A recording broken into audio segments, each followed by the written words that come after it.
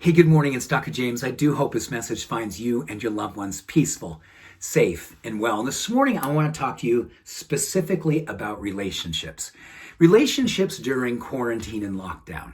Because there's a lot of research going on right now that's talking about how many relationships are really being tested. There's been an increase in alcoholism, an increase in domestic violence, an increase in a lot of challenges in many people. In fact, a recent poll was talking about how, wow, this has been one of the toughest stretches I've ever been through in my relationship. Now, many people are living alone, and I gotta believe that's equally tough or even tougher.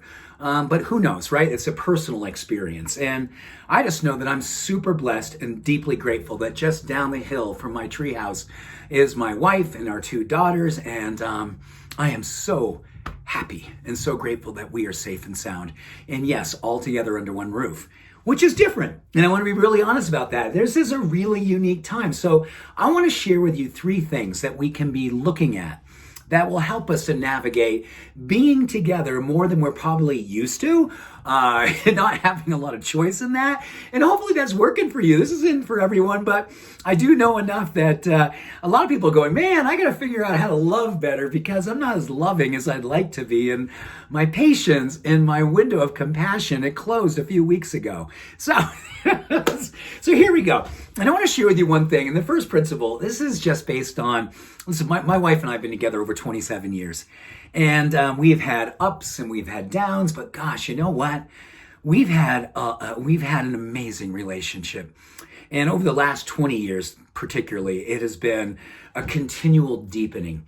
But it's really based on something that we learned in our first few years together. We were both in medical school and we were stressed. We were broke.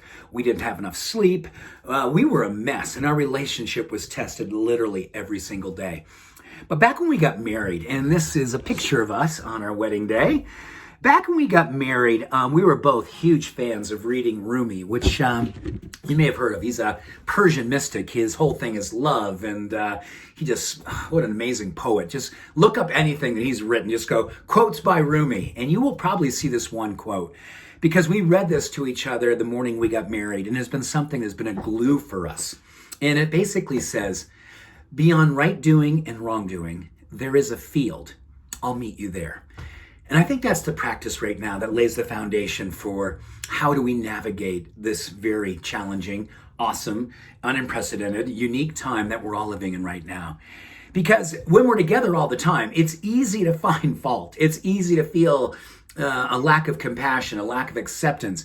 And sometimes because we're so used to being on our phones or on our computers doing business from home, we can't stop. And we're literally just, we're so tethered to technology. All of a sudden we look up and go, oh, there's a human being right here. And I got to put my phone down and I need to go beyond right doing and wrong doing and go to that field and say, hey, sweetheart. Hey, love. Hey, bestie.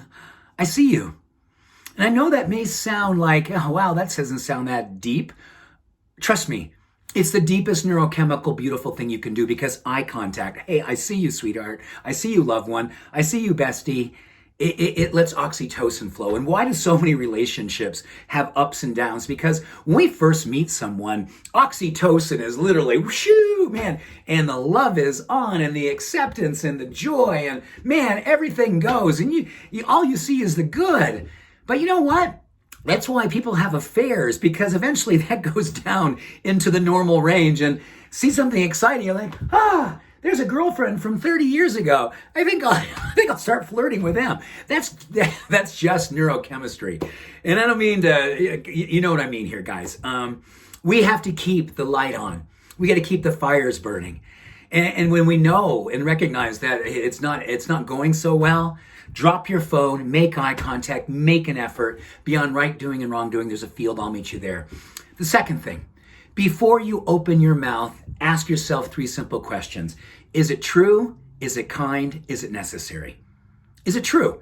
Is what you're going to say, is it true? Or is it just your stuff? Is it kind? That will pretty much stop most anything you're going to say that's not a good thing. And number 3, once you do that, is it truly necessary to say it? And when that isn't a space for me, I get to, is it necessary? And I usually just go, because it's not necessary. I don't need to win.